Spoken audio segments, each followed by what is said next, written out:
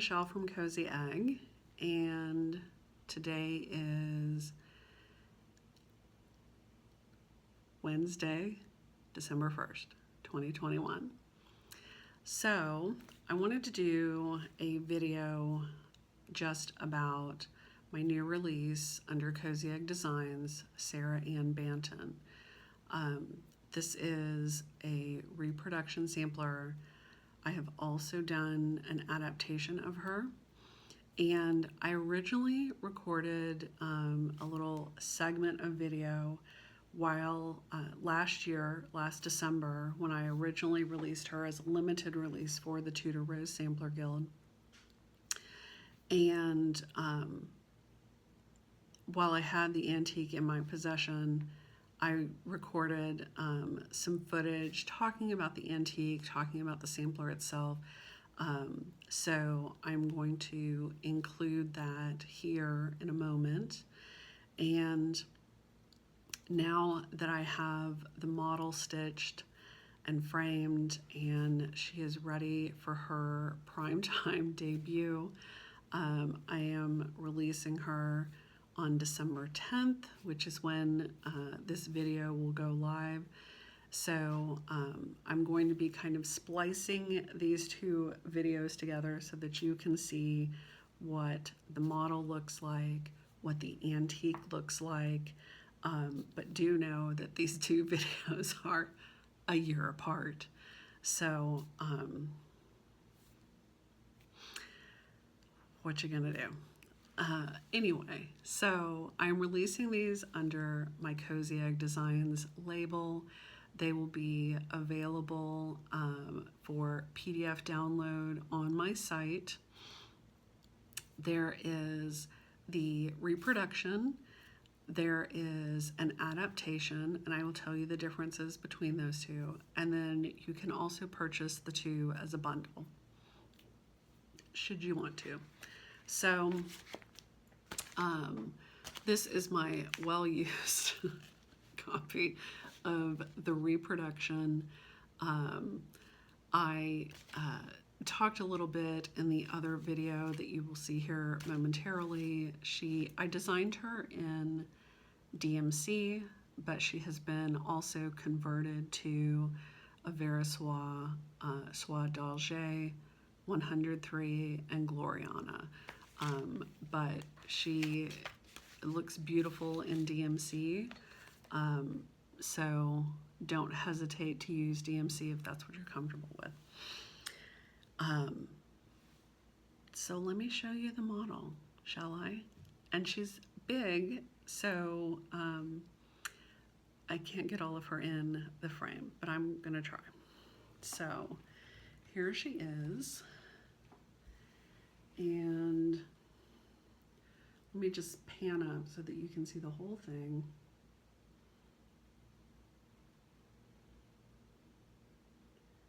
And of course you can see some of that color correcting going on with my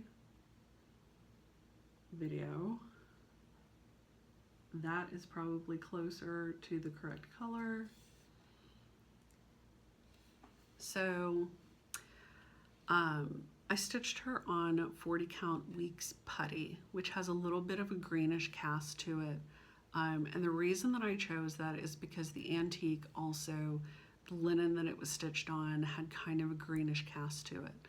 And I wanted the model to be in keeping with that. Let me see if I can scoot over so that there's more of us here. So I stitched her with the Versoix Soie d'Alger, but like I said, I charted her in DMC and then she was converted. So this is the reproduction. This is as faithfully accurate a reproduction as I could possibly create, and I absolutely adore her. I adore these pops of red. Shelley, who owns the antique, said that the reason that she purchased the sampler is because it had everything. It's got an Adam and Eve, it's got this beautiful floral border, It's got this beautiful basket of flowers in the center, a verse, it just has a little bit of everything. Birds. So she's just, you know, I think a real beauty. The border vine has three colors. It's got green on both of the outside, and then on the center it has a gold line. All of the flowers are, each one is a little bit different. Some of them have spots, and some of them have, three colors, some have two. So you can see there's a good bit of variety there to keep you interested. And then you've got these rosebuds in the corners. The striped vases I love. There are little bees up above them on either side. And this carnation band is a beauty as well. So the difference between, and I'll talk a lot in the video I'm going to add in where I show you the antique and talk a lot about some of the specifics of what Sarah did when she stitched this. But a couple of things to note. So the reproduction, like I said, is a faithful reproduction of the antique.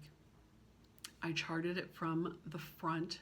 The antique is framed under glass. I did not want to take her apart, so I charted from the front. But her colors are still pretty vivid, pretty vibrant. And I think these reds sort of say it all, as well as these pretty blues. So the difference here, let me tell you about the reproduction first. So in the reproduction, there is cross stitch over 2. There is cross stitch over 1, like this verse, and then her name, age. This is from 1833. All of that is over 1.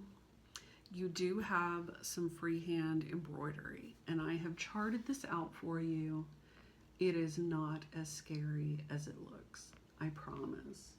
I've never done freehand embroidery before. And it's fine. It was not a problem. It took me some time, and it took me some concentration, but if I can do it, you can do it. So I do chart that all out. There is satin stitching underneath these little fruit baskets, which I think is really pretty. I love the way that turned out. And in this basket, let me see if I can get this a little bit closer so you can see it. In the basket, Sarah stitched this with tall, skinny stitches. So she went over 1 thread horizontally and over 2 threads vertically. And so it gives you this interesting, and it almost looks kind of woven, the effect that it gives you. And it was a little time consuming to stitch that, but I think the effect is really interesting. So once you kind of step back from it and you look at all of that texture, I think it's well worth the effort. And so it is charted like that. I explain, all of that in the other video, as well as I have stitching instructions in the chart to tell you some of these places where you've got satin stitching, or you've got the over 1 over 2 situation in the basket. these little motifs right here are also satin stitched. And then the birds, their bodies are primarily over 2, but their heads are a combination of over 1 stitching and then the tall skinny over 1 over 2 stitches. So and they have 3 legs. Don't ask me why. I have no explanation for that. Also, you'll notice this one flower has a different color stem and petals from all of the other flowers. That I charted it exactly the way Sarah stitched it. She stitched it in a different color. Who knows why? When I got to that point stitching the model, I was like, did I mess this up? Like, did I chart this with the wrong symbols? And I went back and looked at the antique and I was like, nope, that's the way she stitched it. So do know that there's this one flower that is a different color, stem and leaves. She's just such a beautiful, beautiful sampler.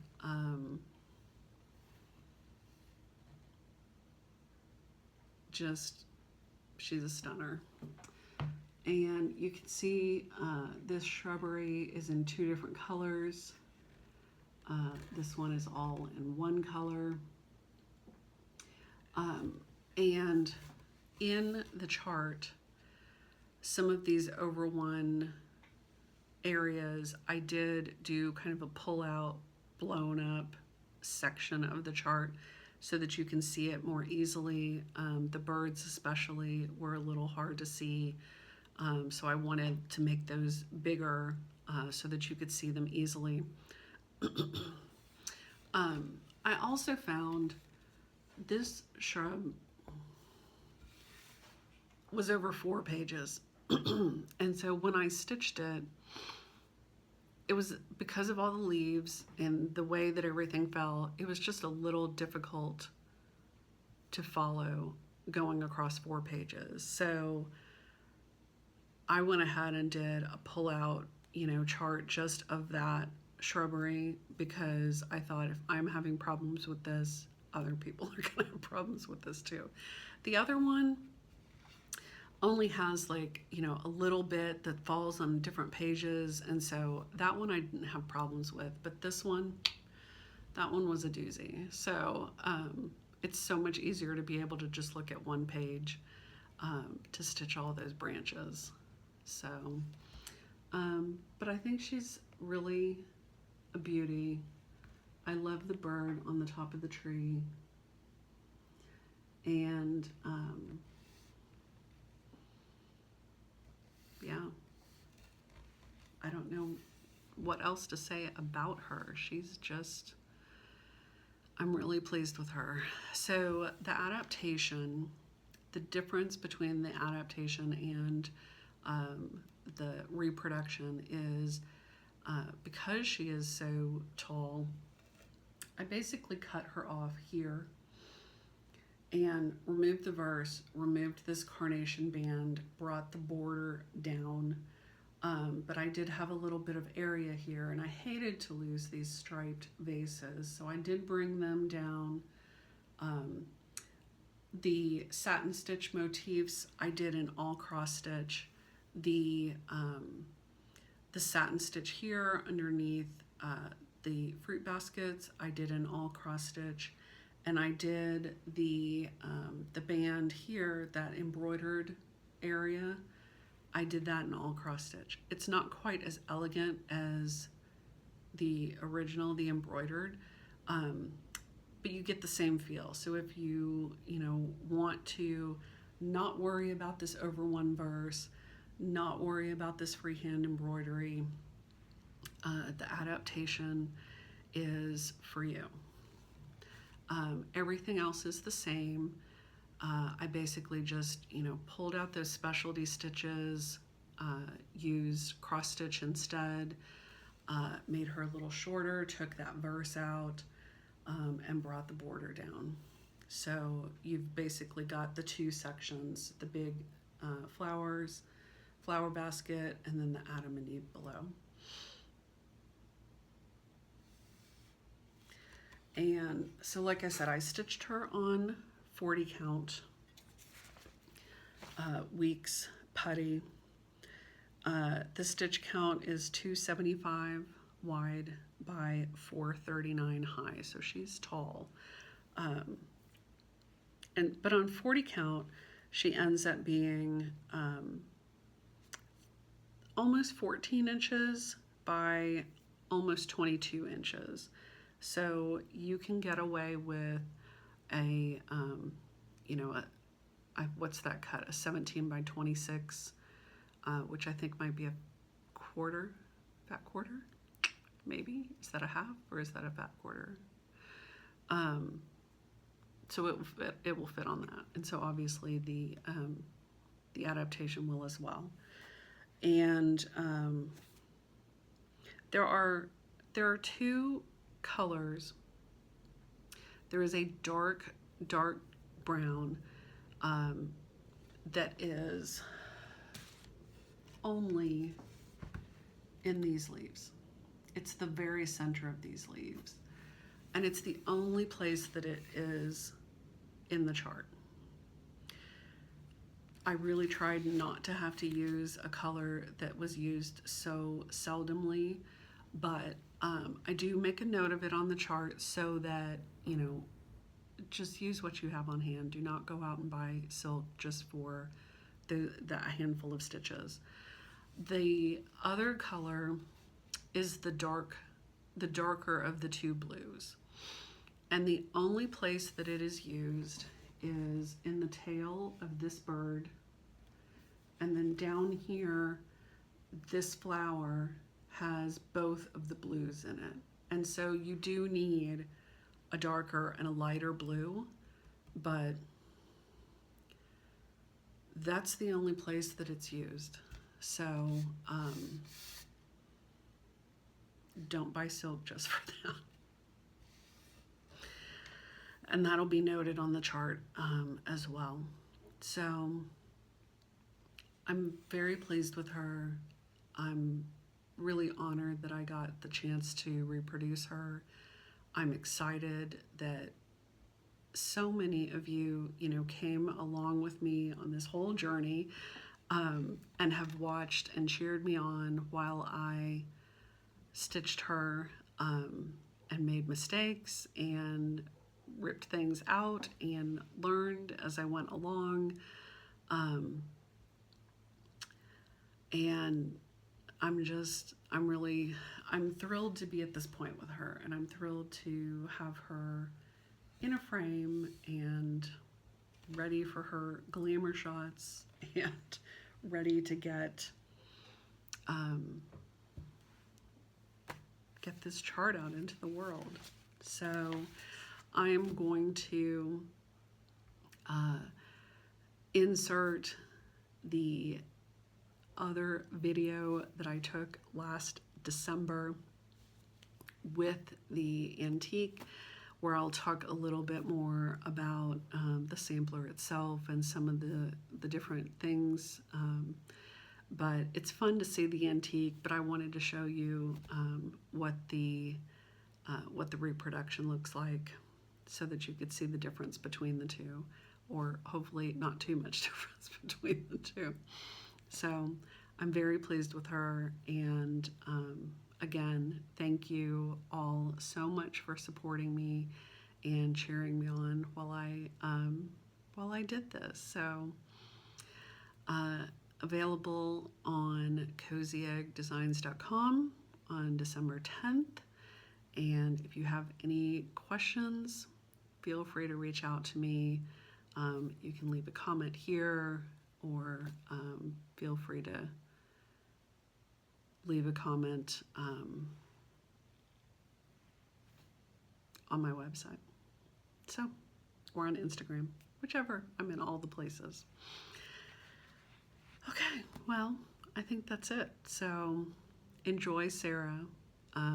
She's a lovely, lovely sampler, and I hope you enjoy stitching her as much as I have. Hey guys, it's Michelle from Cozyegg Designs, and today I have a new release to share with you, which I am extremely excited about. But before I show it to you, let me back up and give you a little backstory on this. So, at the end of 2019, the board of the Tudor Rose Sampler Guild was looking at ways that we could celebrate our 20th anniversary in 2020. And so one of the things that, that came up was that our president at the time had an antique sampler in her collection, and she suggested that we might reproduce it for the members as, you know, one of our anniversary year gifts. And so I quickly volunteered to do that. I was really excited about the opportunity to reproduce an antique sampler. And so at the beginning of 2020, I started work on doing the charting of the sampler itself. And I will just tell you that it was a journey for sure. I learned a lot. Charting an antique sampler is not as easy as you think it might be. But I was really, really honored and humbled to be able to do this. So I spent an inordinate amount of time in 2020 working on this project, and slowly but surely getting her completely charted. And at the end of 2020, I presented the reproduction as well as an adaptation of the sampler to the Tudor Rose Sampler Guild members, and they were each given the opportunity to get the one or both of the charts exclusively through December 2021. So, and it was, you know, exclusive to people that were members during the 2020 anniversary year. And then, of course, I waited a year to release it to you guys. So, without further ado, let me show you Sarah. And she is behind glass. Hopefully I can do this without too much reflection, but I will also insert a photo so that you can see her without me trying to maneuver. So here she is in all of her glory. And so this is Sarah Ann Banton. This was stitched in 1833 when she was 9 years old. It is an Adam and Eve sampler, as you can see, and it's got this beautiful, what I'm calling pansy border, as well as this carnation band up here at the top. And I'll bring her in a little closer so that you can see her. And she's just stunning. Really, there's no other words for it. She does have some freehand embroidery here underneath her name and date. And in the reproduction, I have included that freehand embroidery section. But in the adaptation, I did chart that in all cross stitch. So, just to make it a little easier, because I know some people are afraid of freehand embroidery, but it's really not quite as hard as it seems. It's just maybe a little intimidating. So, Sarah, from what I can tell, I did not take her out of the frame. I didn't want to risk, you know, opening this up. So I charted from the front. As far as I can tell, it looks like this was stitched in silk based upon the sheen of the threads used. And based on the size of this, it appears to be around a 45-55 count. So meaning it was an uneven weave as far as I can tell. So she appears a little more square than the reproduction. The reproduction is quite long and lean looking, I'll say that. Whereas she's a little more compact because of that difference in the weave of the fabric. So, what can I tell you about Sarah? Sarah, like I said, she did this beautiful, what I'm calling a pansy border, as well as there are these little rosebuds here in the corners. While at first glance, it looks like the chart is very symmetrical. Like you can see these two vases at the top, you can see the two birds here on either side of that big basket, these fruit baskets, you know, the deer, etc. And the angels, the birds here.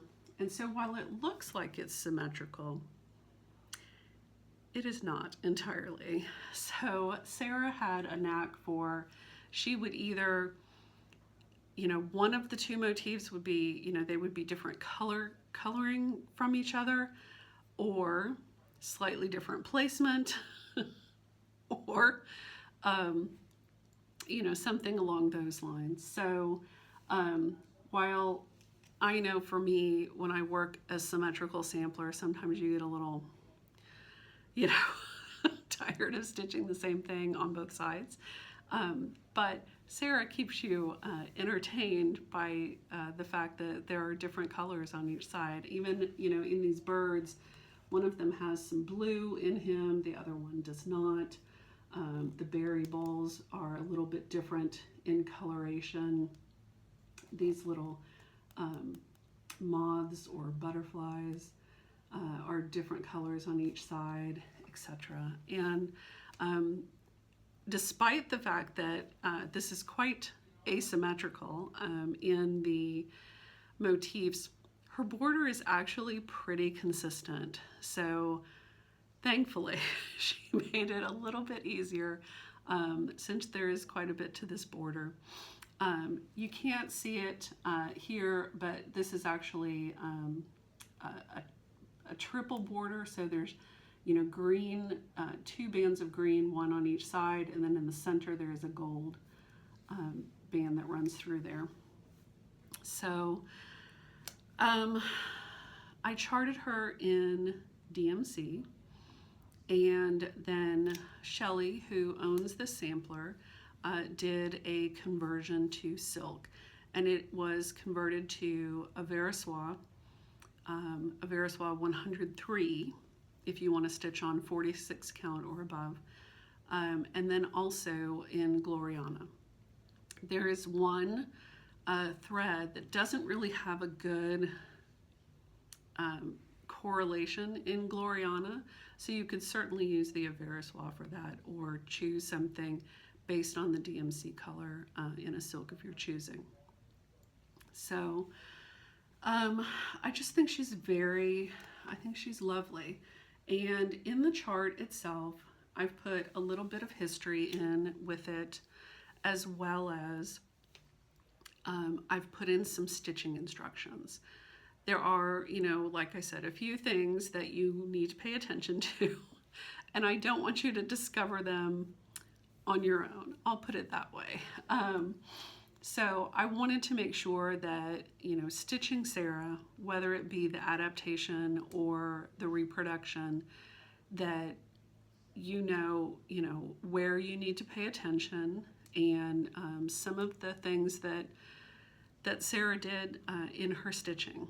So for example, in the bees that are hovering right above these striped vases, these bees are one thread off grid, is how I refer to it.